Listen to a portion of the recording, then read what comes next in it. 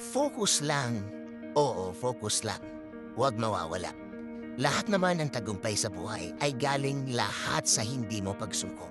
Sa desisyon mong, kaya pa to, diretso lang ako. Sa kabuuan ng loob mo. Yung walang tako at sulong pa din. Gaya ng na-post ko dati, kapag sumuko ka na sa buhay, yun na yun. Yun na ang dulo. Yun na ang destination mo.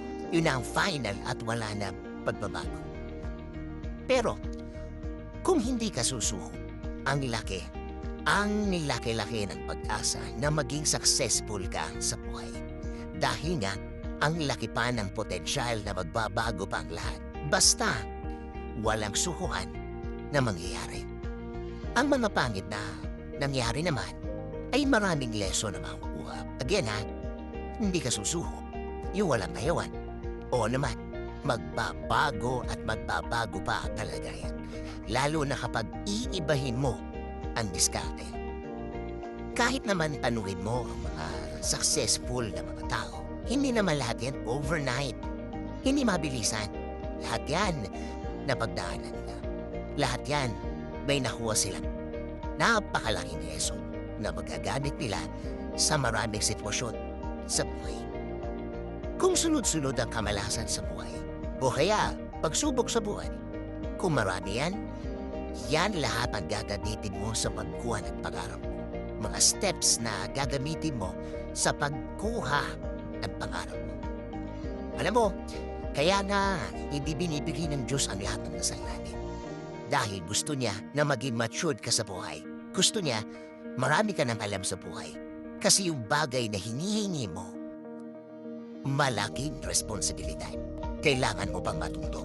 Kaya minsan, hinahayaan niyang mangyari mga bagay na problema. Oo, tingin mo problema. Pero may purpose ang lahat na niyan. Makikita at marirealize mo na, kailangan mo pala ang lahat na nangyari para makuha mo na finally ang gusto mo o pangarap mo. Again wag na wag matakot sa kabiguan, sa kapalpakan, sa problema. Ang mas nakakatakot, yung ilang taon na sitwasyon mo araw-araw. Umabot na ng taon, wala pa ding nangyayari. Walang pagbabago. Ito tandaan mo never stop learning because life never stop teaching. Kunin at tandaan lang ang mga bagay na kailangan mo dahil yan ang magiging sandata sa pagharap pa sa matinding problema. At darating ang panahon na kahit na anong sabihin, ikaw ang paniniwalaan dahil napakarami mong napagdaanan.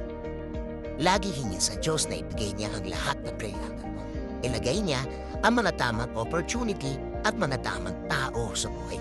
Sabi nga sa Colossians 3:23-24, whatever you do, do it from the heart for the Lord and not for the people.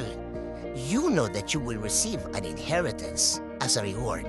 You serve the Lord Christ.